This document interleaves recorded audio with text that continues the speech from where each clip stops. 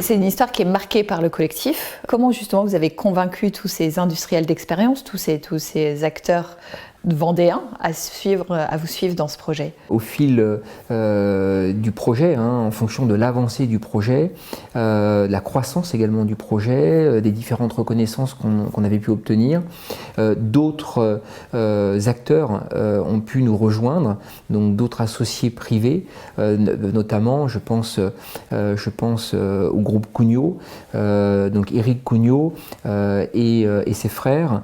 Je pense également à Michel Lardière, je pense à Isabelle Momessin, je pense à l'ensemble des acteurs qui ont pu nous rejoindre à ce moment-là pour nous soutenir et nous accompagner.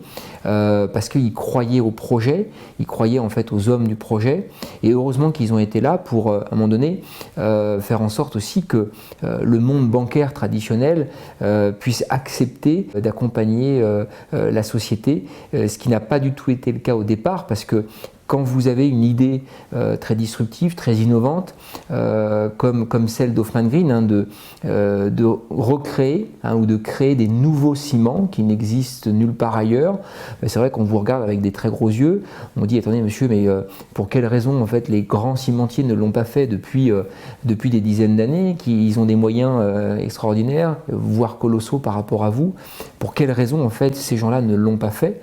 Et donc il a fallu, si vous voulez, expliquer tout ça. Il a fallu aussi expliquer que finalement la vraie innovation, elle ne venait pas forcément des grands groupes, mais elle venait aussi d'acteurs comme David Hoffmann ou moi-même, et qui avions la volonté aussi d'avancer, de faire avancer la cause environnementale à travers en fait ces innovations. Vis-à-vis des investisseurs qui vous accompagnent, quelles sont vos obligations? Ils nous demandent en fait, nos investisseurs, si vous voulez, de correspondre à un certain nombre de critères.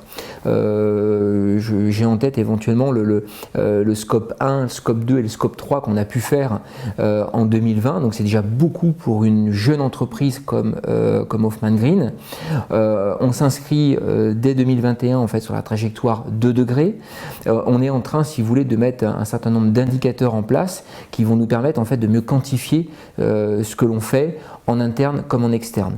Et ces investisseurs, si vous voulez, ils ont une vision de la société, donc une vision financière, mais aussi cette vision RSE, ISR, les investissements socialement responsables.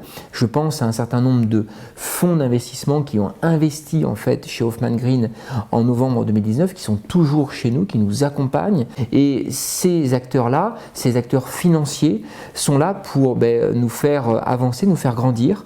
Et donc, ils comptent aussi sur nous pour qu'on puisse remplir un certain nombre de critères. Dans votre communication, on vous voit beaucoup mettre en avant vos partenaires. Vous êtes sur un modèle très ouvert, très collaboratif avec tous les partenaires qui sont pour la plupart des grands majors de la construction. Pourquoi cette communication très, très participative? Je dirais que ça fait aussi partie de l'ADN d'Hoffmann depuis le départ. Alors on a signé, oui, avec des grands noms de l'industrie, Eiffage, Bouygues, GCC aussi en tant que constructeur, des préfabricants. On a aussi signé avec Cemex dernièrement en novembre 2020. C'était important, si vous voulez, pour nous d'associer tous nos partenaires en fait à nos communications, mais aussi au travail collaboratif qui est fait pour la mise au point des produits. Et c'est très important pour nous d'associer en fait pleinement le partenaire à ce travail de mise au point et ensuite de mise sur le marché également, parce qu'il y a également des nouveaux messages, si vous voulez, à faire passer vis-à-vis de l'empreinte environnementale du produit fini en question, pour quelles raisons en fait a été utilisé un ciment Hoffmann, qu'est-ce que ça a apporté dans le cadre du process industriel, etc.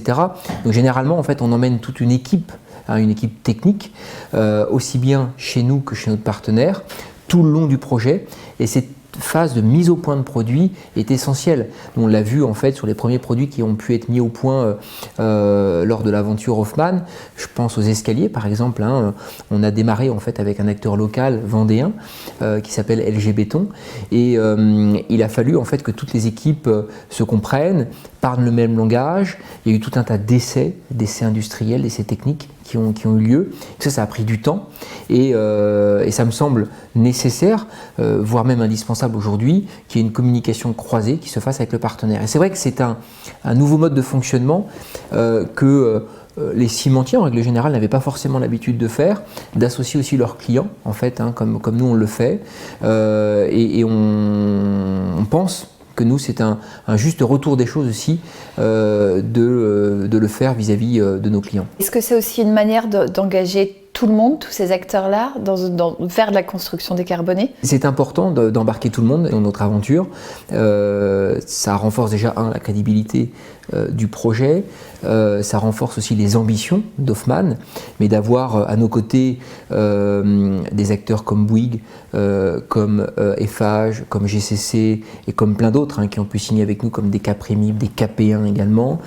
C'était très important, si vous voulez, pour nous d'associer tous ces acteurs reconnus de l'industrie de la construction à nos innovations, au ciment Hoffmann, pour dire aussi que ça fonctionnait, qu'il y avait encore des points d'amélioration à apporter, des perfectionnements à faire, mais comme dans toute innovation, je dirais, quelle innovation est apparue sur un marché où tout fonctionnait du premier coup, etc.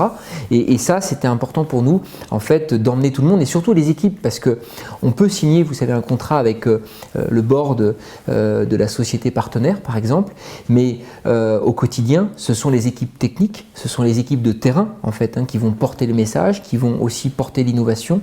Donc c'est important d'emmener vraiment tout le monde.